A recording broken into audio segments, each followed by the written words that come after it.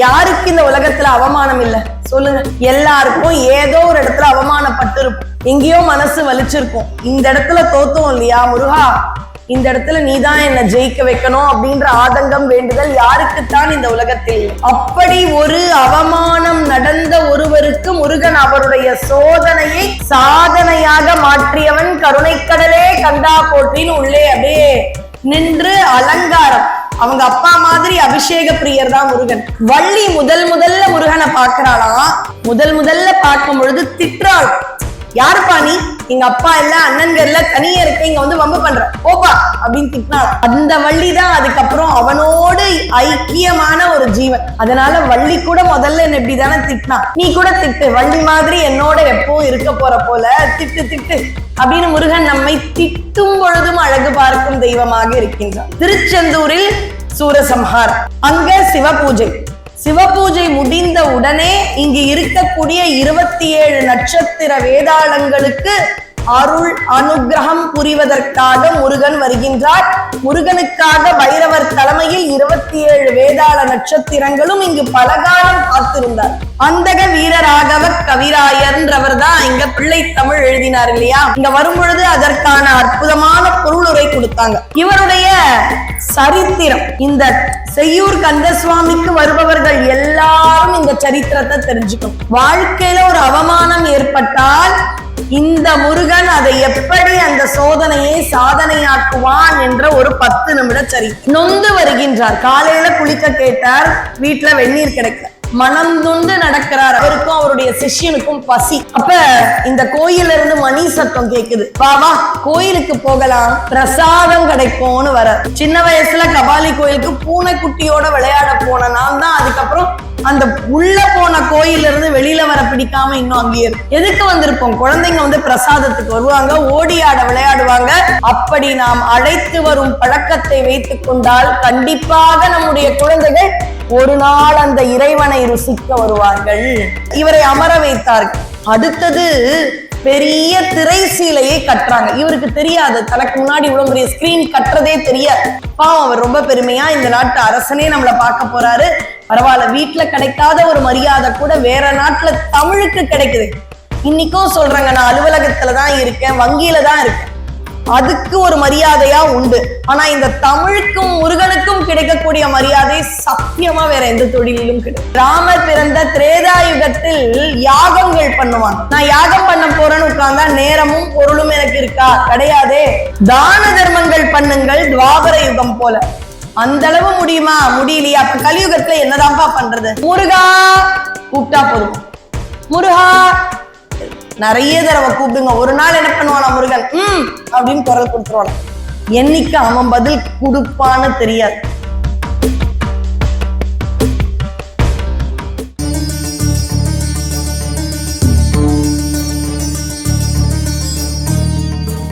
நம் கடம்பனை பெற்றவள் பங்கினன் தென் கடம்பை திருக்கர கோயிலான் தன் கடன் அடியேனையும் தாங்குதல் என் கடன் பணி செய்து கிடப்பதே. கருணைமிகு கற்பகாம்பாள் உடனாய கபாலீஸ்வரரை வணங்கி நம்முடைய கருணை கடலே கந்தா போற்றின்னு நம்முடைய கந்தசுவாமி, செய்யூர் கந்தசாமிக்கு அரோகரா என்று நம்முடைய கந்தசுவாமியை வணங்கி அடியேன் குருநாதர் பருத்தியூர் திரு சந்தானராமன் அவர்களின் பாதம் தொழுது இந்த பொன்னான வாய்ப்பை நல்கிய திருக்கோயிலுக்கும் இங்கு வருகை தந்திருக்கும் ஐயா அவர்களுக்கும் பணிவான வணக்கம். தொடர்ந்து என்னை இந்த திருக்கோயிலின் புகழை பல இடங்களில் சொல்ல என்னை உற்சாகப்படுத்தும் இந்த திருக்கோயிலின் முப்போதும் திருமேனி தீண்டுவார்கள் என்று போற்றப்படும் அர்ச்சக பெருமக்கள் அவர்களுக்கும் அடியேனின் நன்றியை தெரிவித்துக் கொண்டு, இப்பதான் நம்ம அடியார் கூட்டம், இந்த அடியார் கூட்டம் இன்று செவ்வாய்க்கிழமை வைகுண்ட ஏகாதசினா காலையில பெருமாளையும் பார்ப்போம், மாலையானா மால் மருகன்னு முருகனையும் பார்க்க வந்துடுவோம். அதுதானே நமக்கு ஒரு கண் சைவம் என்றால் இன்னொரு கண் வைணவம். காலையில் அடியேன் ஜோதி டிவில நேரடி வர்ணனை வைகுண்ட ஏகாதசிக்கு கொடுத்தேன். ஆனா சாயந்தரம் கொஞ்சம் கூட டயர்ட் ஆகல. வந்து தூங்கிட்டு ஈவினிங் நம்ம அவ்வளவு தூரம் மரக்காணம் மயிலாப்பூர்ல இருந்து வரேன். அடியே நாமம் திருமயிலை கற்பகலட்சுமி சுரேஷ் நிறைய தடவை உங்க செய்யூர் முருகன் கிட்ட வந்து பிச்சை வாங்கி பல விஷயங்கள் அவன் அருள் கொடுத்ததால இன்று உங்கள் முன்னாடி வந்திருக்கு. அப்படியே தூங்கி எழுந்துட்டு எல்லாம் போகணும்னு இருந்தேன், தூக்கமே வரல. ஏன்னா ரொம்ப ஆனந்தமா இருக்கு. அவனுக்கு நம்ம என்ன திரும்ப பண்ண முடியும்? பால் கொடுப்போம், தயிர் கொடுப்போம், இல்ல உடம்பால அவனுக்கு நிறைய பேர் இங்க சேவை பண்றீங்க. அவன் கொடுத்த பிச்சை இந்த தமிழால் அவனை அலங்காரம் பண்ணணும், அவ்வளவுதான் ஒரு சின்ன ஆசை. அதனால அடுத்த ஒரு 3/4 மணி நேரம் நம்முடைய அற்புதமான கந்த சுவாமியை பற்றி காதார கேட்க இருக்கின்றோம். சாமி நம்ம கதையை எப்பவுமே காதுல வாங்கிட்டே தானே இருக்க. நம்ம கதை பெரிய கதை. ஒவ்வொரு தடவை வரும்பொழுது ஒண்ணு கேட்டுட்டு போயிடுவேன். முருகனும் சளைக்காமல் அருள் செய்து கொண்டே இருப்பான். கேட்கறது தானே குழந்தைகள் இயல்பு. திருவெம்பாவையில ஒரு வரி வருது, கூசும் மலர்பாதம் தந்தருள வந்தருளும். அதாவது சிவபெருமானுக்கு தேவர்கள் வந்து காலை பிடித்தால் கூசுமாம். ஏன் அப்படின்னா, வேணாம் அங்கே இருந்தே கேளுங்க, என்ன ஏதாவது ஆதாயத்துக்கு தானே வரீங்க அப்படின்ற வரோம். இப்ப நமக்கு யாராவது பொய்யாக நம்மோடு பழகினால் புரியும்ல, நீங்க சொல்றது பாராட்டுறது ஏதோ ஆதாயத்துக்காக. அதனால சுவாமிக்கு தெரியுமா தேவர்கள் வந்தா ஆதாயத்திற்குன்னு. அதனால அவருடைய திருவடியை தொட்டாலே கூசுமாம். அங்கிருந்தே கேளுங்க, என்ன பிரச்சனையோ தீக்கிறேன். ஆனா நம்ம இந்த பூ உலகத்தில் அவனுடைய திருவடிகளை பிடித்தால் அவனுக்கு ஆனந்தமா இருக்கணும். நாம கேட்கறது இல்லையா? கேட்கிறோம். ஆனா அவர்கள் ஆதாயமாக வருகிறார்களாம். நாம் குழந்தை அப்பா கிட்ட போய் அப்பா அப்பா இது வாங்கி கொடுங்கப்பா அப்படின்னு கேட்கும் பொழுது ஒரு அப்பாக்கு எவ்வளவு ஆனந்தமா இருக்கும். அது மாதிரி இருக்குமா சுவாமி? என்னென்ன வேண்டுதல்கள். இந்த செய்யூர் செய் வந்து அமர்ந்ததால் சேயூர் செய்யூர் ஆனது. இந்த பதியில் முருகப்பெருமான் வரப்பிரசாதியாக இருக்கின்றான். அடியேன் இருப்பது திருமயிலை. அங்க சிங்காரவேலர்னு பேரு முருகனுடைய நாமம். அருணகிரியார் இங்க வந்த மாதிரி அங்கேயும் வந்து பாடல் பெற்ற தலம். எல்லாரும் முருகன் தான். ஆனா ஒவ்வொரு வடிவத்திலும் அவனை காண்பதற்கு நமக்கு பேரானந்தமாக இருக்கின்றது. அடியேன் ஒரு 3/4 மணி நேரம் உங்களோட பேச போறேன். அடியேன் அறிவுக்கு எட்டியதை பேச போறேன். அங்க இருக்கிறதுனால தெரியாதவர்கள்லாம் இல்லை, எல்லாரும் சான்றோர் பெருமக்கள். பேசுறது உயரிய பொருள் முருகன்றதுனாலதான் உட்கார்ந்து கேட்டிருக்கீங்க. முதல் விஷயம், யாருக்கு இந்த உலகத்துல அவமானம் இல்லை சொல்லுங்க? எல்லாருக்கும் ஏதோ ஒரு இடத்துல அவமானப்பட்டு இருக்கும், எங்கேயோ மனசு வலிச்சிருக்கும். இந்த இடத்துல தோத்தோம் இல்லையா முருகா, இந்த இடத்துல நீதான் என்ன ஜெயிக்க வைக்கணும் அப்படின்ற ஆதங்கம் வேண்டுதல் யாருக்குத்தான் இந்த உலகத்தில் இல்லை. அப்படி ஒரு அவமானம் நடந்த ஒருவருக்கு முருகன் அவருடைய சோதனையை சாதனையாக மாற்றியவன். கருணைக்கடலே கந்தா போற்றின்னு உள்ளே அப்படியே நின்று அலங்காரம். அவங்க அப்பா மாதிரி அபிஷேக பிரியர் தான் முருகன். சிவம் வேறு முருக தத்துவம் வேறு அல்ல. அப்பா மாதிரி இப்ப அபிஷேகம் நான் வரும்பொழுது அப்படியே சந்தன அபிஷேகம், சந்தனம் மணக்குது அப்படின்னு தான் இருந்தது. இப்ப அடுத்தது மாமன் மாதிரி அலங்கார பிரியனா உள்ள முருகனுக்கு அலங்காரம் நடக்குது. அந்த அலங்காரம் இருக்கும் பொழுது காதுக்கு முருகனுக்கு தமிழ் வேணுமா, வைதாலும் தமிழில் வையுங்கள்னு சொல்றானா முருகன். திட்டினா கூட பரவாயில்லப்பா, தமிழ்ல திட்டினா எனக்கு ரொம்ப பிடிக்கும். ஏன் தெரியுமா? அந்த ரகசியத்தை நான் சொல்லிடுறேன். மைக்கு போட்டு நான் ரகசியத்தை சொல்ல போறேன். வள்ளி முதல்ல முருகனை பாக்குறாளாம். முதல்ல பார்க்கும் பொழுது திட்டுறாள். யாருப்பா நீ? எங்க அப்பா இல்ல, அண்ணன்கள் இல்ல, தனியா இருக்க, இங்க வந்து வம்பு பண்ற, போப்பா அப்படின்னு திட்டினாளாம். அந்த வள்ளி தான் அதுக்கப்புறம் அவனோடு ஐக்கியமான ஒரு ஜீவன். அதனால வள்ளி கூட முதல்ல என்ன இப்படிதானே திட்டினா, நீ கூட திட்டு, வள்ளி மாதிரி என்னோட எப்பவும் இருக்க போற போல திட்டு திட்டு அப்படின்னு முருகன் நம்மை திட்டும் பொழுதும் அழகு பார்க்கும் தெய்வமாக இருக்கின்றான். முத்து குமரனடி முத்தமிழ் செல்வனடி சக்திக்கு பிள்ளையடி அவனுக்கினை ஜகம் எங்கும் இல்லையடி அவனுக்கினை ஜகம் எங்கும் இல்லையடி. முக்தி தரும் பரமன் முகத்திலே ஒளிர்கின்ற நெற்றிக்கண் வழி வந்தவன் ஆசூரர் தம்மை நெடிய போர் தன்னில் வென்றவன். வித்தைக்கு ராணியேனும் வாணி தோழும் நான் முகனை, வித்தைக்கு ராணியேனும் வாணி தோழும் நான் முகனை, குட்டி சீரையில் இட்டவன் அவன் கருவம் புதைந்தோட வழி விட்டவன், அவன் கருவம் புதைந்தோட வழி விட்டவன். தந்தைக்கு குருவாகி திரு ஏரகம் தன்னில் மந்திர பொருள் சொன்னவன், மலை நாடெங்கும் மயிலேறி வரும் மன்னவன், மலை நாடெங்கும் மயில் ஏறி வரும் மன்னவன். முதல்ல அருணகிரியார் கிட்ட இருந்து துவங்கலாம். இப்ப 2 முருகன் கோயில், 2 முருகன் கோயில் பக்கத்துல இருக்கு. நீங்க ஒரு ஊருக்கு போயிட்டீங்க, இல்ல 2 சிவன் கோயில், ரெண்டும் 2000 வருஷம், 5 நிமிஷம் தான் இருக்கு கோயில் நட சாத்த. உங்களால ஒரு கோயில் தான் பார்க்க முடியும். இந்த விடை எனக்கு தெரியாது, நீங்க தான் சொல்லணும், மறந்துட்டேன். 5 நிமிஷம் தான் இருக்கு கோயில் நட சாத்த. அங்க இருக்கக்கூடியவங்க சொல்றாங்க 2 கோயில்ல ஒரு கோயில் பார்க்கலாம், ஒரு கோயில் சுவாமியை நீங்க தரிசனம் பண்ணலாம், இன்னொரு கோயில் நாளைக்கு வந்து பார்க்கலாம். அப்படியா? பழமைனா 2000 வருஷத்து கோயில், 2 சிவபெருமான் 2 முருகப்பெருமானும் அப்படி அனுகிரகமூர்த்தி, யார பாக்குறது? அப்ப சொல்றாங்க இந்த கோயில் பிரசித்தி பெற்ற கோயில், ஆனா அந்த கோயில் சம்பந்தர் நாவுக்கரசர் வந்து பாடல் பெற்ற தலம் இல்ல.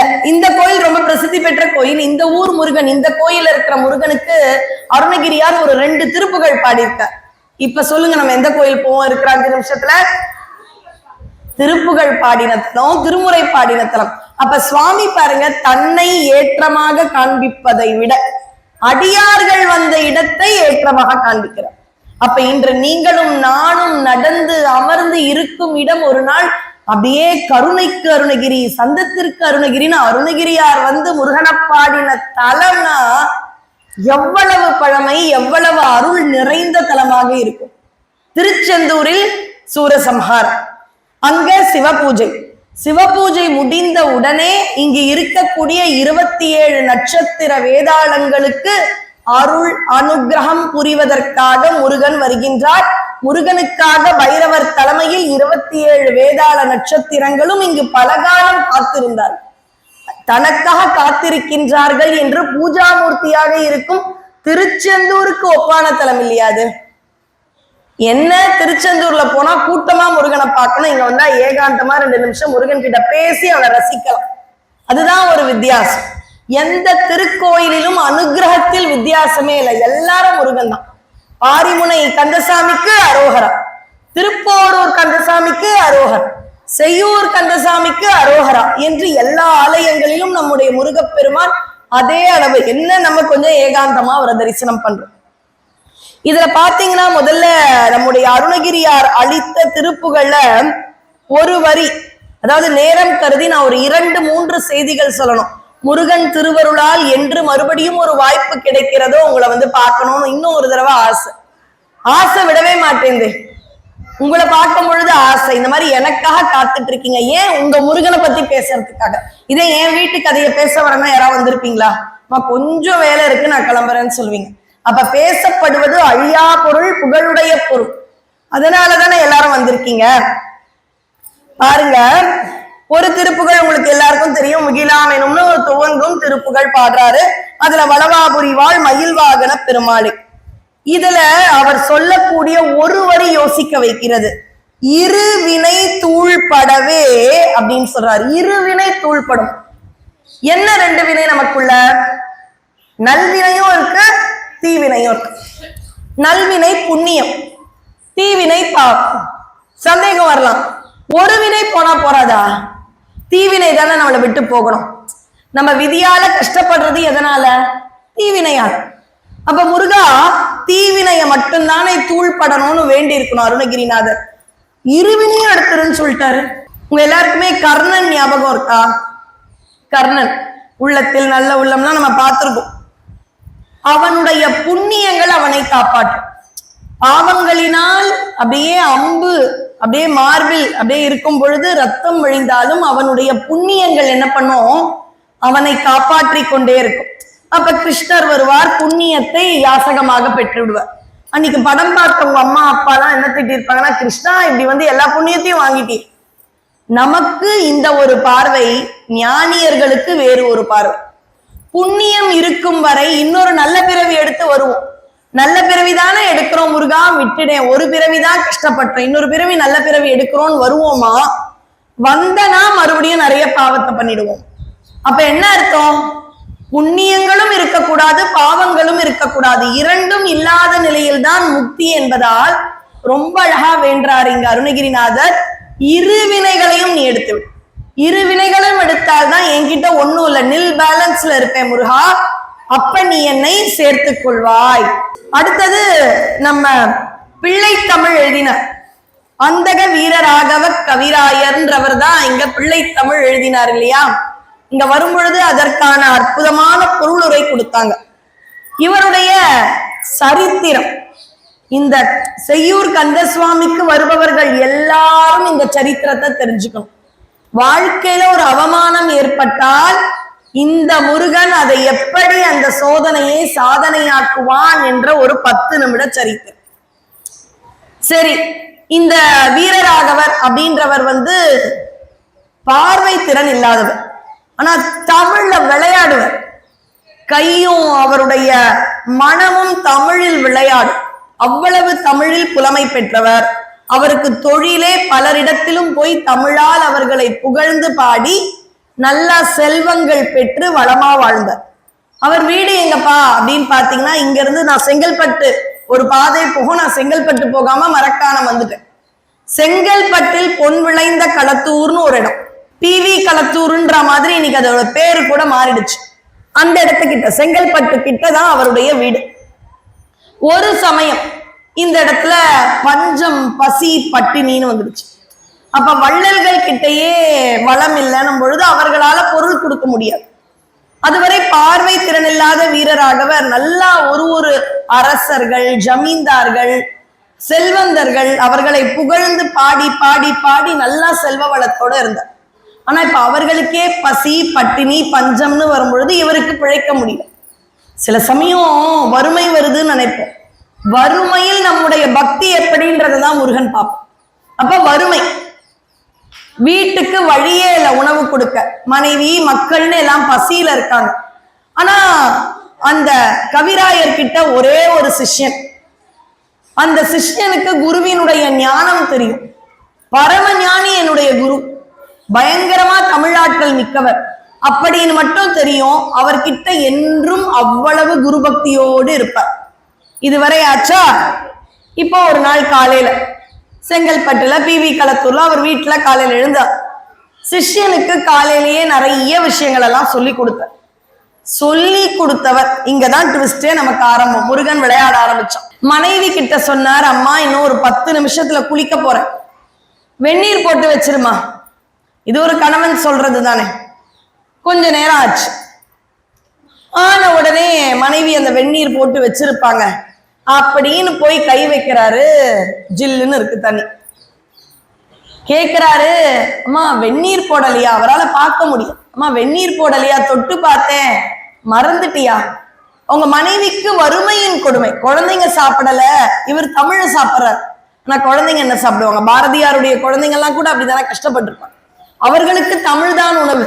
ஆனா வீட்டுல இருக்கிறவங்க ஒரு அடியார்களை பேசுறோம் இல்லையா, நாயன்மார்கள், அவங்க மனைவிகளுக்கெல்லாம் வணக்கம் சொல்லும். ஏன்னா யாரெல்லாம் என்ன தொண்டு என்ன பக்தியில இருந்தாங்களோ மனைவிகளும் பிள்ளைகளும் அந்த அனுபவிச்சிருப்பாங்க. அவர்கள் துணை இல்லாமல் இவர்கள் வரவே முடியாது. மனைவி கிட்ட கேட்கும் பொழுது மனைவி ஒரு வருத்தத்துல சொல்லிட்டாங்க, ஆமா ஆமா, யானை மேல வந்து இவ்வளோ நிலத்தை உங்க மேல எழுதி வச்சிருக்கீங்க, வெந்நீர் ஒண்ணுதான் உங்களுக்கு போடணும் அப்படின்னு வருத்தத்துல கொஞ்சம் இழப்பமா சொல்லிட்டாங்க. நகைச்சுவையா வெறுப்போடு சொல்லிட்டாங்க. இது அவருக்கு தாங்கல. இதுவே தாங்கலையா? நம்ம கணவரெல்லாம் யோசிங்க, எவ்வளவு பெரிய மகான்கள் பாருங்க நம்ம பேசுறதுக்கு இல்லையா? ஆனா இதுவே தாங்கலையா யாருக்கு? அவருக்கு. அப்படியே மனம் தைத்து விட்டுதான். பார்வை கிடையாது, தமிழால் உங்களை இவ்வளவு நாள் வாழ வைத்தேன், நான் என்ன செய்வது? பசி பஞ்சம்னு இருக்கு ஊர், யாரும் என்னை ஆதரிக்கவில்லை அப்படின்னு மனம் வருத்தப்பட்டு அப்படியே நடந்து போறார். மனைவி விட்டுட்டாங்க, குழந்தைங்க சாப்பிடல. அந்த கொடுமை அவர்கள் பேசினார்கள். ஆமா, இவர் கொஞ்சம் மனம் வருந்தி போவார், வந்துடுவார்னு நினைச்சிட்டாங்க. ஆனா அவர் வரப்போறது இல்லை. மனம் நொந்து வருகின்றார் அவருடைய சிஷ்யரோட. அப்படியே நடந்து வர. நம்மலாம் 2 வீலர் 4 வீலர்னு வரும். ஆனா அருணகிரியார்லாம் எப்படி இந்த இடத்துக்கு வந்தாங்கன்னு தெரியும். ஞானசம்பந்தர் ஒவ்வொரு இடத்துக்கு எப்படி போனார்? ஞானசம்பந்தத்தாவது சுவாமி அழகா சிவிகை கொடுத்துட்டார், பல்லக்கெல்லாம் கொடுத்தார். அப்பர் சுவாமிகள் எப்படி போனாரு, சுந்தரர் எப்படி போனாரு, மாணிக்க வாசகர் இந்த திருக்கழுக்குன்றதுக்கு எப்படிப்பா வந்தாரு? எந்த டிரான்ஸ்போர்ட் ஃபெசிலிட்டியும் கிடையாது. நான் பாருங்க அப்படியே செங்கல்பட்டுல இருந்து முருகன் போட்ட பிச்சை அப்படியே கார்ல வந்து இறங்கிட்டேன். ஆனா அவருக்கு பார்க்க முடியாது, மனம் நொந்து விட்டார். ஆமாமா, நீங்க இருக்கிறதுக்கு வெந்நீர் ஒன்றுதான் குறைச்சலான்னு கேட்டுட்டாங்க மனைவி. அப்படியே வருத்தப்பட்டு நடந்து வர. ரொம்ப நல்ல சிஷ்யன் கிடைத்தவர்கள் ரொம்ப பெரிய பாக்கியசாலி. அதனால்தானே ராமகிருஷ்ணருடைய புகழ் இன்று உலகம் முழுக்க இருக்கிற விவேகானந்தன்ற அந்த ஒரு சிஷ்யன் தான். மனம் நொந்து வருகின்றார், சிஷ்யன் கூடவே வரார். குருவே விட்டுடுங்க, வீட்டுக்கு போலாம். வீட்டுக்கெல்லாம் போக முடியாது, அவமானம் ஆயிடுச்சு. தமிழ் பேசுறவங்களுக்கு, தமிழால் பக்தி கொண்டவர்களுக்கு சிறு வார்த்தை கூட தாங்க முடியும்.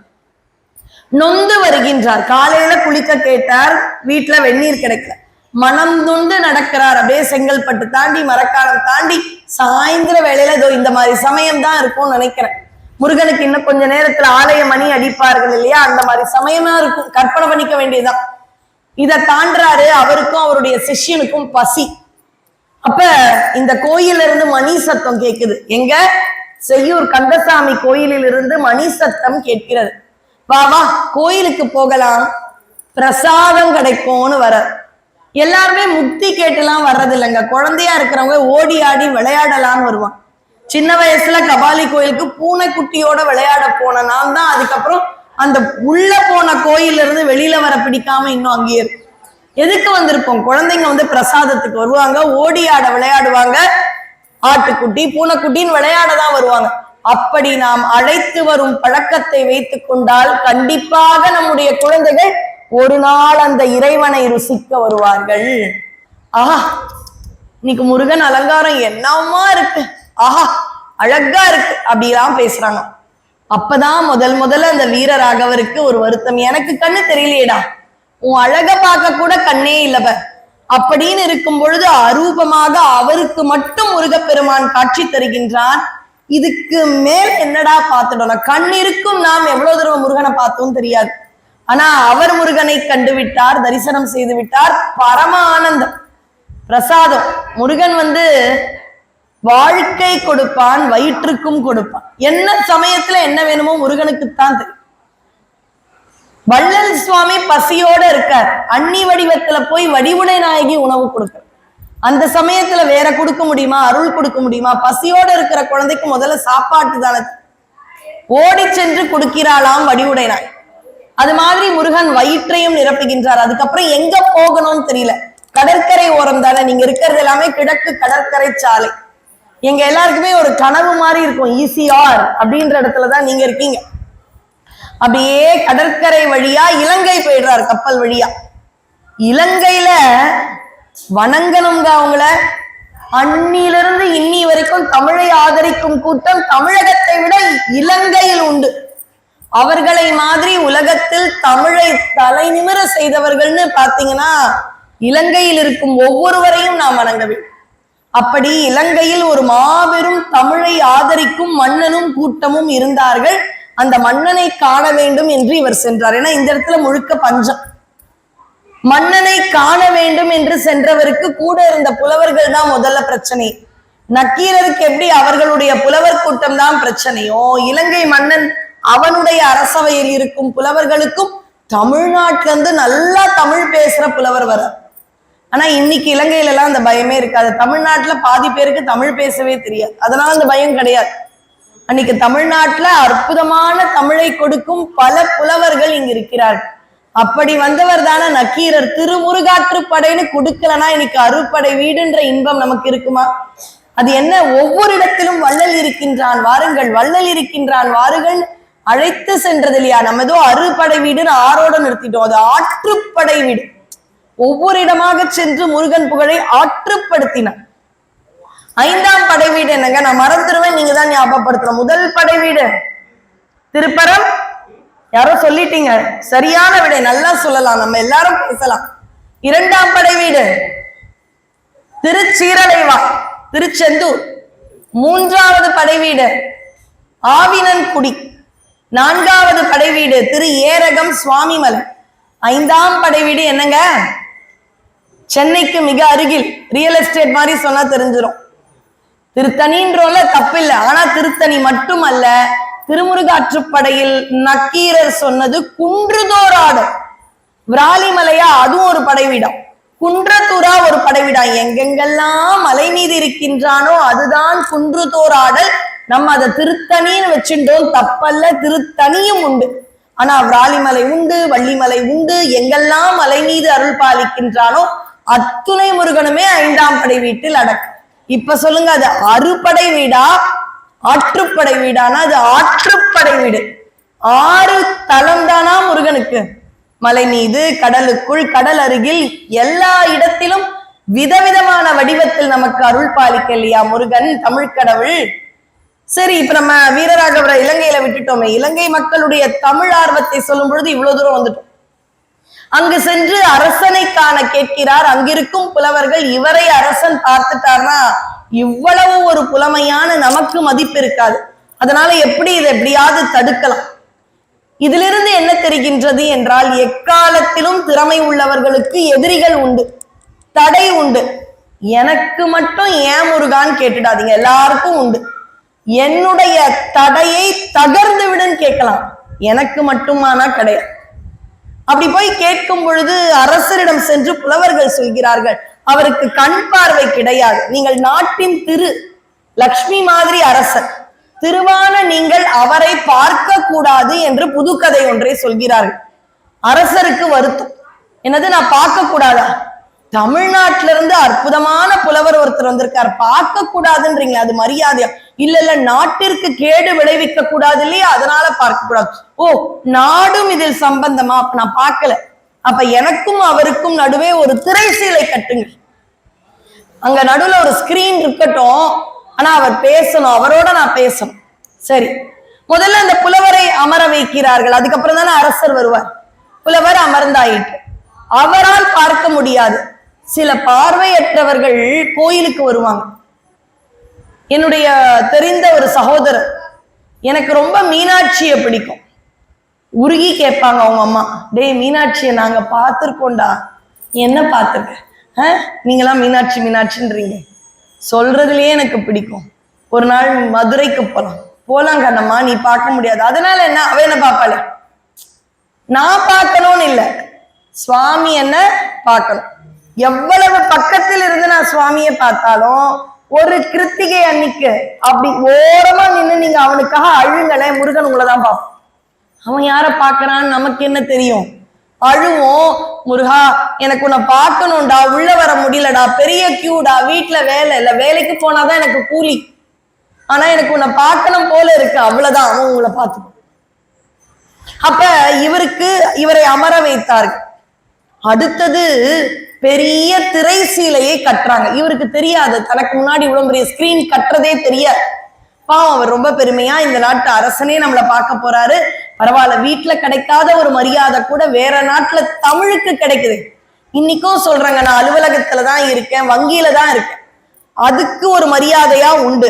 ஆனா இந்த தமிழுக்கும் முருகனுக்கும் கிடைக்கக்கூடிய மரியாதை சத்தியமா வேற எந்த தொழிலிலும் கிடையாது. இது அவ்வளவு ஆனந்தமா இருக்கும். உங்களை பார்த்து நீங்க சிரிக்க சிரிக்க கேட்கிறீங்கல்ல. ஏன் நம்ம எல்லாரும் எந்த ஒரு விஷயத்துல இணைகின்றோம், தொடர்பு கொள்கின்றோம்? 3 எழுத்து, மூருக. அந்த 3 எழுத்து தானே நம்மள எல்லாருமே இந்த அளவு தொடர்பு கொள்ள வைக்கின்றது. அதுதான் அவனுடைய திருவள். இவர் பெருமையா உட்கார்ந்துட்டு இருக்கார். அரசன் வரப்போகிறார். கிடுகிடு கிடுகிடுன்னு எல்லாரும் என்ன பண்றாங்க, பெரிய திரைசீலையை நடுவுல ஒரு பெரிய ஸ்கிரீனை போட்டுட்டாங்க. சிஷ்யனுக்கு இதை பார்த்த உடனே, ஆஹா, என்னுடைய குருநாதர் என்ன நினைச்சுட்டு இருப்பார், அரசன் எதிர்க்கதானே இருந்து பேசுறான்னு நினைப்பார். அவருக்கு தெரியாம இப்படி ஒரு திரைசீலையை போடுறாங்களே. கிடுகிடுன்னு எழுந்து போய், குருநாதா குருநாதா, உங்களுக்கு முன்னாடி ஒரு திரைச்சீலை போடுறாங்கன்னு சொல்ல முடியுமா? பெரிய அரசவை, அதிக பிரசங்கித்தனமா அப்படி போக கூடாது. ஆனா குருநாதருக்கு இதை எப்படியாவது தெரிவிக்கணுமே. உண்மையான சிஷ்யன் இருந்தா குருவினுடைய பரிபூரண அருள் கிடைச்சு. நீங்க பாருங்க, என் தாயும் எனக்கு அருள் தந்தையும் நீலாம் சொல்றாரு யாரு? அருணகிரிநாதர். அப்பா நீதான், அம்மா நீதான், காதலன் நீதான். இத்தனை பாடுறார், தன்னை காதலி மாதிரி நினைச்சுக்கிறார். இதெல்லாம் இருக்கக்கூடிய கணவன் நீ, அம்மா நீ, அப்பா நீலாம் சொன்ன அருணகிரிநாதர் திருப்புகழ் எப்படி முடிக்கிறார் தெரியுமா? அனுபூதி பாடிதான் நிறைவு பண்றார். அனுபூதியில நிறைவான பாடல், நிறைவான வரி யாராவது சொல்லுங்களேன். குருவாய் வருவாய் அருள்வாய் குகனே. அப்பாவா வா அம்மாவா வாலாம் சொல்லல, நீயே குருவா இருந்துரு. என்னைக்கும் குரு நம்ம கூட இருந்தா பிரச்சனை நமக்கு இல்லையே. குரு பார்த்துப்பார், நான் பாத்துக்கிறேன் அப்படின்னு ஒரு ஆள் அப்பா சொல்வார், அம்மா சொல்வார். ஒரு வயசுக்கு அப்புறம், எனக்கே 70 வயசுனா எங்க அப்பா அம்மா அப்படி சொல்ல முடியுமா? அவங்களதான் நான் பாத்துக்கணும். அப்ப நான் பாத்துக்கிறேன்னு எங்க அப்பா 98 வயசுல சொல்ல முடியுமா? முடியாது. அப்ப யாரு என்ன இருந்தாலும் இல்லை என்றாலும் நான் பாத்துக்கிறேன்னு ஒரு ஆள் சொல்லணும்னா அது குரு மட்டும்தான். குரு ஒருவர் நமக்கு இருந்தால் பரிபூரண திரு என்ற இறைவனின் அருள் கிடைக்கும். இப்ப இவர் உட்கார்ந்தாச்சு, நடுவுல ஸ்கிரீன் கட்டியாச்சு. நான் சிஷ்யனா இருந்தா என்ன பண்ணுவேன் தெரியாது, வேந்த முழிச்சுட்டே இருந்திருப்பேன். குருநாதருக்கு இப்படி ஒரு துரோகம் நடக்குதே அப்படின்னு அழுவேன். அவருக்கே தெரியாது இல்லை இந்த மாதிரி திரை கட்டுறது. ஆனா அவன் ரொம்ப சமயோஜித புத்தி உள்ள அந்த சிஷ்யன். இவர் முருக பக்தர்னு தெரியும், ஆனா திடீர்னு சிவச்சிதம்பரம் சிவச்சிதம்பரம்னு கத்துறான். குருநாதருக்கு சிஷ்யனுடைய குரல் தெரியும். இது இலங்கையில இருக்கும், முருகன் அருளாலதான் இங்க வந்தோம். அப்ப ரெண்டுமே இல்லாம சிவ சிதம்பரம்னு சொல்றான்னா நடராஜாவோடு தொடர்புடைய ஒரு செய்தியை சொல்ல வரான். ஏதோ ஒன்றை எனக்கு குறிப்பால் உணர்த்துகின்றான். நட்ராஜா சிதம்பரம். சிதம்பர ரகசியம் என்ன? சிதம்பர ரகசியம் வில்வதளங்கள் மாதிரி இருக்கக்கூடிய ஒரு ஸ்கிரீன் மாதிரி இருக்கும், அதுதான் சிதம்பர ரகசியம். ஓ, சிவ சிதம்பரம்னா ஏதோ ரகசியம். எனக்கு முன்னாடி அரசனுக்கு நடுவே, எனக்கும் அரசனுக்கும் நடுவே ஒரு ஸ்கிரீன் இருக்கா? அரசன் வருகின்றார். அரசனுக்கு ரொம்ப வருத்தம், ஒரு புலவரை பார்க்க கூடாதுன்றாங்க, ஆனா நான் பார்த்தா நாடுக்கே களங்கம்ன்றாங்க. சரி, நாட்டு மக்கள் நல்லா இருக்கணும்ன்றதுக்காக ரொம்ப கூனி குறுகி வந்த அரசன், வணக்கம் புலவரே, தமிழகத்திலிருந்து வந்த ஒரு பெரும் புலவர் புலருக்குன்னு சொல்லும் பொழுது இவர் ஒரு வரி பாடுறார். இவருடைய கவி புலமை பாருங்கள். நடுவில் இருந்த அந்த திரை சீலை பற்றி குபுக்கு நெறி. உடனே அரசன் இவரை காண்கிறார். எவ்வளவு பேர் நம்மை தடுத்தாலும் வளர்ச்சிக்கு அவனுடைய அருள் இருந்தால் எதுவுமே கிடையாது. அவன் அருளாலே அவன் தாழ் வணங்கி. அதனால்தான் நான் ஆரம்பத்துல நாவுக்கரசருடைய அந்த ஒரு பாடலில் ஆரம்பித்தேன். தன் கடன் அடியனை தாங்குதல். நீ என்ன பார்த்துக்கோ, நான் உன்னை பார்த்துக்கிறேன். என்னால முருகனை பார்த்துக்க முடியுமா? 3 வயசு குழந்தை இல்ல ஒரு 5 வயசு குழந்தை, என் குழந்தை வந்து சொல்லுது, அம்மா அம்மா உனக்கு நான் பெரிய பங்களா கட்டி உனக்கு பெரிய ரூம்ல இருக்க வைக்கிறேன். பெருசாய் அந்த குழந்தை எனக்கு பங்களா கட்டுமான்னு தெரியாது. ஆனா அந்த குழந்தை சொல்லும் பொழுது எனக்கு எப்படி இருக்குன்னா ஆனந்தமா இருக்கு. நான் உன்னை பார்த்துக்கிற முருகான்னு நம்ம சொல்லும் பொழுது முருகனுக்கு அப்படிதான் இருக்கும். எவ்வளவு அழகா சொல்லுது பரவள்ளி, அது என்னை பார்த்துக்குதான், அதை என்னை பார்த்துக்க சொல்லியிருக்கு அந்த குழந்தை என்னை பார்த்துக்குதான். நம்ம அந்த குழந்தைய நல்லா பார்த்துக்கலாமாப்பா அப்படின்னு வாழாம் வள்ளி, நமக்காக சிபாரிசு பண்ணுவாளாம். தன் கடன் அடியேனை தாங்குதல். என் கடன் நீ செய்து கிடைப்பதே கிடையாது, கிடப்பது. எது கிடப்பதுன்னா ஏதோ இது கிடக்குது. உயிரற்ற பொருள் தான், அசைவற்ற பொருள் தான் கிடக்கும். அது மாதிரி நான் உயிரற்ற பொருளாக இருப்பேன். 2 பக்தி உண்டு, பூனைக்குட்டி பக்தி, குரங்கு குட்டி பக்தின்னு. குரங்கு குட்டி பக்தி வச்சுக்க கூடாது. ஏன்னா குரங்கு குட்டி தான் அம்மாவை பிடிச்சுக்கணும். தாய் குரங்கு மரத்துக்கு மரம் தாவும், குட்டியினுடைய பிடி தளரக்கூடாது.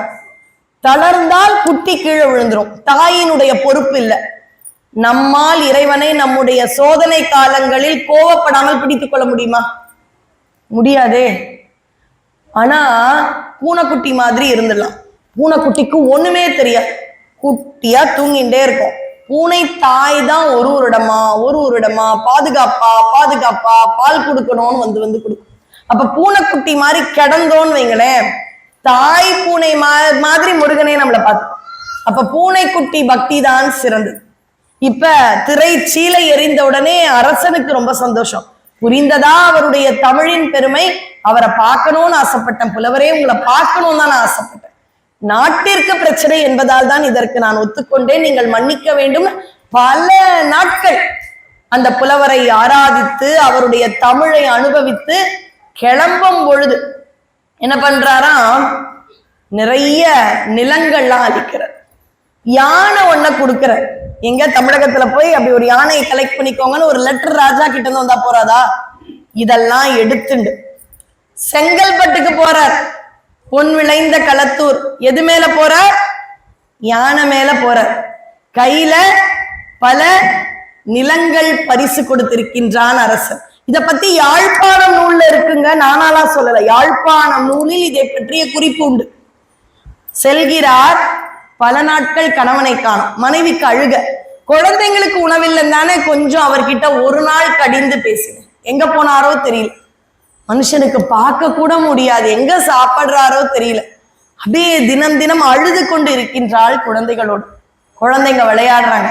அம்மா யானைமா, பசி மறக்கும் யானைய பார்த்தா. அந்த குழந்தைங்க போ யானைய பாரு. அம்மா யானை மேல அப்பாமா. அப்பாவா? ஆமாம்மா, வெளில வந்து பாரு. வெளியில வருதா, யானை மேல கணவர் வருகின்றார். சிஷ்யன் உதவியோட இறங்கி நிலங்கள், அந்த சாசனம் இருக்கும்ல, அந்த அதற்கான தாள்கள் அதெல்லாம் மனைவி கிட்ட கொடுத்து, யானை மேல வந்து நிலங்கள் எல்லாம் கொடுத்துட்ட, வெந்நீர் போட்டு தருவியான்னு கேட்ட. அப்ப ஒரு சின்ன அவச்சொல் கூட முருகனிடம் சொன்னால் மனைவியை தவறென்று சொல்லவில்லை நான். ஏன்னா ஒரு பெண்ணாக குழந்தையை பாதுகாக்கும் பொறுப்புள்ள தாய்கள் வறுமையில் என்ன பண்ணுவாங்கன்னு தெரியும். ஆனா அது அவருக்கு ஏற்பட்ட ஒரு அவமானம் என்பதால் முருகனிடம் அழுதார். எந்த முருகன்? நம்முடைய செய்யோர் முருகனிடம் அழுத. இந்த கந்தசாமி கிட்ட அழுத. அந்த கந்தசாமி பார்த்தார், இரு இரு இரு கொஞ்ச காலம் அதே யானை மேல போய் அந்த அளவு நிலங்களோடு போய் எந்த இடத்தில் அவமானம் இருந்ததோ அந்த இடத்தில் உன்னுடைய சோதனையை சாதனையாக்குவேன். உனக்கு மட்டும் இல்ல, இதோ 2025 டிசம்பர் 30 வந்து உட்கார்ந்துட்டு இருக்காங்க பாரு என்ன நம்பி, அவர்களின் சோதனையும் சாதனையாக்கி 2026 என்னுடைய அருளால் அவர்கள் சந்தோஷமா இருப்பாங்க. என்னுடைய கருணை குறையாது. அப்படின்ற ஒரு அற்புதமான ஒரு பணியை முருகன் செய்யற. பாடும் பணியே பணியா அருள்வா. நம்ம பாடணும், அவ்வளவுதான். என்ன பாடணும்? ஒரு யுகத்துக்கு ஒரு தர்மம். தவம் பண்ணணுமா? ஒரு யுகத்துல நம்மளால தவம் பண்ண முடியுமா? வாங்க 5 நிமிஷம் தவம் பண்ணலான்னு யாராவது கால் பண்ண உடனே எடுத்து, இங்க ஒரு கோயில்ல வந்திருக்கேன், அப்புறமா பேசிட்டா அப்படின்னு சின்னதா ஒரு அட்வர்டைஸ்மெண்ட் டிங்னு கேட்கும். அதுதான் நமக்கு முக்கியமான மெசேஜ் மாதிரி. அதுவும் குறிப்பா பூஜை பண்ணும் பொழுது நம்ம கவனம் சிதறும் பாருங்க, ஈடினையே இல்லை. ஏன்னா நம்ம தீவினை வகை வகையா வந்து விளையாடும். அப்ப தவம் பண்ண முடியுமா? முடியாதே. சரி, ராமர் பிறந்த திரேதா யுகத்தில் யாகங்கள் பண்ணுவாங்க. நான் யாகம் பண்ண போறேன்னு உட்கார்ந்தா நேரமும் பொருளும் எனக்கு இருக்கா? கிடையாதே. தான தர்மங்கள் பண்ணுங்கள் துவாபர யுகம் போல. அந்த அளவு முடியுமா? முடியலையா? அப்ப கலியுகத்துல என்னதான்ப்பா பண்றது? முருகா கூப்பிட்டா போதும். முருகா நிறைய தடவை கூப்பிடுங்க. ஒரு நாள் என்ன பண்ணுவானா முருகன்? அப்படின்னு குரல் கொடுத்துருவானா. என்னைக்கு அவன் பதில் கொடுப்பான்னு தெரியாது. கொடுத்தோட முருகா என்னுடைய லிஸ்ட் எல்லாம் சொல்றேன், இது வேணும் அது வேணும் அது வேணும் இது வேணும் கிடுகிடுன்னு சொல்லிடுங்க. முருகனும் வள்ளியும் தந்து விடுவார்கள். இன்னும் ஒரு நிறைவான செய்தி சொல்லி நிறைவு பண்ற, ஒரு 5 நிமிஷம். இங்க பாருங்க என்ன எழுதி இருக்கு. வேதாள கணம் புகழ் வேலவா போற்றி. கந்தர் அனுபூதி, அதுவும் நம்முடைய அருணகிரியார் எழுதியது. முதல்ல ஆரம்பிச்சது திருப்புகழ். கந்தர் அலங்காரம், அதுவும் அவர் அருளி செய்தது. அலங்காரம் வந்து ஆராய்ச்சியாளர்கள் சொல்றாங்க ஒரே இடத்துல உட்கார்ந்து எல்லாம் எழுதலையும். இப்ப வளவாபுரின்னு புகழக்கூடிய இந்த இடத்துல வந்து வளவாபுரின்னு சொல்லியிருக்கார் நம்முடைய தலத்த அருணகிரிநாதர். இங்க வந்திருப்பார், முருகனை ரசிச்சிருப்பார், 1 நாள் 2 நாள் தங்கியிருப்பார், பாடல் எழுதியிருப்பார். அலங்காரம் அப்படி எழுதப்பட்டதல்ல. எப்பப்பெல்லாம் இப்போ இந்த தலத்துல இருந்து இன்னொரு தலம் போயிருப்பார். இப்ப இந்த தலத்துல இருந்து திருப்போரூர் போறாருன்னு வைங்களேன், இல்ல இந்த தலத்துல இருந்து பெரும்பேறு கண்டிகைன்னு அடுத்த ஒரு தலம். அப்படி போகும் பொழுது வரும் பொழுது முருகனை நினைச்சு நினைச்சு உருகி உருகி எழுதியதுதான் கந்தர் அலங்காரம். அனுபூதி நிறைவாக கிளி வடிவம் எடுத்து பாடிய. ரெண்டுத்தையும் வச்சுக்கோங்க வீட்டுக்கு போய். அனுபூதி அலங்கார் ரெண்டுத்திலயுமே 38வது பாடலை பாருங்க. இந்த உரை கொடுப்பதற்காக அடியேன் பார்க்கும் பொழுது எனக்கு கிடைச்ச ஒரு அழகான விஷயம் உங்ககிட்ட சொல்ல. முதல்ல அலங்காரம். அலங்காரத்துல 38வது பாடல் என்ன தெரியுமா? ரொம்ப அறியப்பட வேண்டிய பாடல். அதாவது முழு அலங்காரம் தெரியலனா கூட பரவாயில்ல, கணபதி காப்பு பிளஸ் 107 பாட்டு இருக்கு. அதுல 7 பாட்டு காலத்தால பிற்பாடு சேர்க்கப்பட்டது, 100 தான் அருணகிரியார், நிறைய இருக்கு, அதெல்லாம் விட்டுடலாம். ஆனா ஒரு பாட்டு தெரிஞ்சா போதும்ன்ற வாக்குறுதி மட்டும் என்னால கொடுக்க முடியும். அது என்ன பாட்டு? நான் எண்ணிண்டே வரப்போறேன், நீங்களும் எண்ணிக்கோங்க. நாளென் செய்யும். இன்னைக்கு செவ்வாய்க்கிழமை, புதன்கிழமை. முருக பக்தர்கள் நமக்கு செவ்வாய்க்கிழமையும் ஒண்ணுதான், எல்லா கிழமையும். நாள் என் செய்யும்பா எங்களை எதுவுமே பண்ணாது எங்களுக்கு. ஏன்னா நம்மளாம் யாரு? குமார அன்பர்கள், முருக அன்பர்கள். வினைதான் என் செய்யும். என்னுடைய பல வினைகள்லாம் முருகன் பார்த்துப்பான். ஆனா நியாயமாக இருக்க வேண்டும், தவறை உணர வேண்டும். நாள் என் செய்யும், வினைதான் என் செய்யும், என்னை நாடி வந்த கோள் என் செய்யும். அதுக்கு கந்தசஷ்டி கவசத்துல பதில் இருக்குங்க. பாத்தீங்கன்னா, நவ கோள் மகிழ்ந்து நன்மை அளிக்கிறோம். நவக்கோள் பயந்து இல்ல, மகிழ்ந்து நன்மை அளிக்குமா. அப்ப கோள் என் செய்யும், கொடுங்கூற்று என் செய்யும். அதாவது யமன் கூட என்கிட்ட நெருங்க முடியாது. கொடுங்கூற்று என் செய்யும். குமரேசன். கணக்கு போட ஆரம்பிக்கிறீங்களா? எனக்கு ஒரு மேக்ஸ் கொஞ்சம் வீக், நான் நீங்க தான் கணக்கு போட போறீங்க. குமரேசன் உள்ள இருக்கானே, குமரேசன். இரு தாளும் எவ்வளவுங்க? முதல்ல 2 கால் தான் இருக்கான். 12 கை இருக்கும், ஆனா கால் 2. 12 கை அள்ளித்தர வேணும், ஆனா நம்ம அபயம்னு போகும்பொழுது 12 கால் இருந்தா எதை பிடிப்போம்? அதனால 2 காலோட வசதியா தான் இருக்கான. கவலைப்படாத, 2 காலை பிடிச்சுக்கோ. 12 கை இருக்கு, நான் எல்லா கையாலையும் தரேன். உனக்கு 2 கை தான் இருக்கு, வாங்க தான் உன் கை பத்தாது. எனக்கு 12 கை இருக்கு கொடுக்க அப்படின்னு 2 கால்களோடு திருவடிகளோடு அருள் பாலிக்கின்றார். இரு குமரேசர், இரு தாளும் 2 காலுக்கு என்ன? 2 சிலம்பு. 2 சிலம்பு இருக்குமா? 2 காலு 2 சிலம்பு.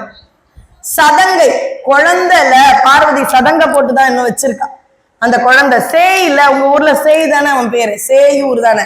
அப்ப 2 சதங்கை, 2 காலு 2 தண்டை 2 சதங்கை 6. தண்டை, அதுவும் கால்களில் அணியும் ஒரு ஆபரணம், அது 2. தண்டை முழங்க அப்படின்லாம் பாடுறார், அது 2. அப்ப எவ்வளவு ஆயிடுச்சு? 8. ஷண்முகமும் 6 முகம். முருகனுக்கு 6 முகம் இல்லையா? ஷண்முகராக இங்க இருக்காரு, உள்ள கூட அழகா இருக்கு. அப்ப 8ம் 6ம் மேக்ஸ் மறந்துடுச்சுங்க, நீங்க தான் சொல்லணும். 14. தோளும். முருகனுக்கு எவ்வளவு தோல்? 12 தோல். 12 கரங்கள் 12 தோல். அப்ப 12ம் 14ம் முன்னாடியே ஒரு 8ம் 6ம் வச்சிருக்கோம் இல்லையா? 14. இப்ப ஒரு 12 தோல். 14ம் 12ம் 26. கடம்பும். ஒரே ஒரு மாலை அழகா போட்டிருக்கானா, 1. எவ்வளவுங்க வருது கூட்டினா? 26. 1 எனக்கு முன்னே வந்து தோன்றிடினே. இந்த 27ம் என் முன்னாடி வந்துடுச்சுன்னா 27 நட்சத்திரங்களா என்ன எதுவும் பண்ண. அவ்வளவுதான். இதுதான் கந்தர் அலங்காரத்தின் 38வது பாடல். அந்த 38வது பாடல் யார பத்தி சொல்றாங்க? உங்க கோயில்ல இருக்கக்கூடிய, சுத்தி இருக்கக்கூடிய 27 வேதாள நட்சத்திரங்களால் வரும் தோஷங்கள் எதுவும் செய்யாதுன்ட்டு. புரியுமா இவங்களுக்கு அப்படின்னு அருணகிரியாருக்கு கொஞ்சம் கவலை. அச்சச்சோ, இந்த சேயூர் போனோம், வளவாபுரி போனோம், அங்க இருக்கிற உங்களுடைய பாட்டன் பூட்டி சேயோன் சேயோல்லாம் அருணகிரியாருக்கு நமஸ்காரம் பண்ணிருப்பாங்க, சாப்பாடு போட்டிருப்பாங்க, நீர்மோர் கொடுத்திருப்பாங்க. அவருக்கு ஒரு சந்தேகம், அச்சச்சோ இத்தனை ஒரு கணக்கோட சொல்லிட்டோம்ல, 6 முகம் 12 தோல் 2 கால், இல்ல அவங்களுக்கு புரியுமான்னு தெரியல. நிறைவா அனுபூதி பாடுறார் கிளி வடிவத்துல. அப்ப என்ன பண்றாரு? இத எப்படியாவது இந்த செய்யூர் மக்களுக்கு நான் சொல்லணுமே. சரி, அனுபூதியிலையும் என்ன பண்ணலாம்? ஒரு ரகசியமா அதே 38வது பாடல்ல ஒரு ரகசியம் வச்சிடலாம். என்ன வைக்கலாம்? ஆதாளியை ஒன்று அரியேனை அறத்தீது ஆளியை ஆண்டது செப்புமதோ கூதாள கிராத குலிக்கு இறைவா வேதாள கணம் புகழ் வேலவா. இந்த வேதாளங்கள் உன்னை போற்றுகின்றன. இந்த வேதாளங்கள் யார்? 27 நட்சத்திரம். 27 நட்சத்திரங்களும் முருகன் அடியார்களாக இருக்கிறார்கள். நாமும் முருகன் அடியார்களாக இருக்கின்றோம். அடியார்கள் அடியார்களுக்கு தீது பண்ண மாட்டார். அதனால 27 நட்சத்திரமும் இங்க செய்யூர் வந்து கந்தசாமியை பாக்குறவங்களுக்கு ஒண்ணும் பண்ணாதுப்பா அப்படின்றத கிளிவடிவம் எடுத்து முருகனோடு ஐக்கியமாவதற்கு முன்னாடி வேற உங்களுக்கு ஒரு SMS தட்டி விட்டு போயிருக்காரு செய்யூர் மக்களுக்கு. அப்படி என்றால் இந்த முருகன் எவ்வளவு பெரிய வரப்பிரசாதியாக நாளும் உங்களோடு இருக்கின்றார். அதனால நீங்கள் எல்லாருமே அனுபூதி பெற்றவர்கள், பாக்கியசாலிகள். இப்பேற்பட்ட முருகன் ஏதாவது பழியோ பாவமோ அவமானமோ அவனுடைய திருவடிகளில் வைத்து விடுங்கள். தோஷமோ பெயர்ச்சிகளோ உங்களை எதுவுமே செய்யாது. அப்பேற்பட்ட இடத்தில் உலகத்தில் இருக்கும் நிரந்தர தலைவனின் கட்டுப்பாட்டில் இருக்க உங்களுக்கு என்ன கவலை? நீங்கள் இருக்கும் இடத்திற்கு ஒரு 60 கிலோமீட்டர் தள்ளி வந்து பேசணும்னு ஆசைப்படுறேன்னா நீங்கள் எல்லாம் அனுபூதி பெற்றமார்கள் அல்லவா? உங்களோடு இந்த ஒரு புத்தாண்டு துவக்கத்தில் பேசுவதே அடியேன் செய்த முன்னோர்கள் செய்த பாக்கி. இந்த அற்புதமான வாய்ப்பை அளித்த திருக்கோயிலுக்கும் ஐயா அவர்களுக்கும் நம்முடைய அர்ச்சக பெருமக்கள் ஒவ்வொரு முறை வரும் பொழுதும் அவ்வளவு ஊக்குவிப்பார்கள். அது அவர்கள் முருகனுக்கு செய்யும் தொண்டு. இந்த அடியார் கூட்டம் இந்த அருமையான செவ்வாய்க்கிழமைகளில் வந்திருக்கின்றீர்கள். உங்கள் அனைவருக்கும் முருகப்பெருமான் வள்ளி தேவசேனாவோடு இறைவன் இறைவியும் கலையாத கல்வியும் குறையாத வயதும் ஒரு கபடு வாராத நட்பும் கன்றாத வளமையும் குன்றாத இளமையும் கழு பிணியில்லாத உடலும் சலியாத மனமும் அன்பு அகலாத துணையும் தவறாத சந்தானமும் தாழாத கீர்த்தியும் மாறாத வார்த்தையும் தடைகள் வாராத கொடையும் தொலையாத நிதியமும் கோணாத கோலும் ஒரு துன்பம் இல்லாத வாழ்வும் துய்யனின் பாதத்தில் அன்பும் உதவி பெரிய தொண்டரோடு கூட்டுக்கண்டாய். பெரிய தொண்டர் தான் 16வது செல்வம். மத்ததெல்லாம் வீட்லயே எனக்கு நல்ல வசதி எல்லாம் கிடைக்கும், கணவன் மனைவி குழந்தைங்களாம் எனக்கு வீட்டுல கிடைச்சிரும். 16வது செல்வம் நீங்க அடியார் கூட்டம் எனக்கு எப்படி வீட்டுல கிடைக்கும்? கொரோனா சமயத்துல அதை தானே நம்ம எல்லாருமே இழந்தோம். அப்ப பெரிய தொண்டர்கள் உங்களோட முருகன் என்னை கூட்டுவித்தான்.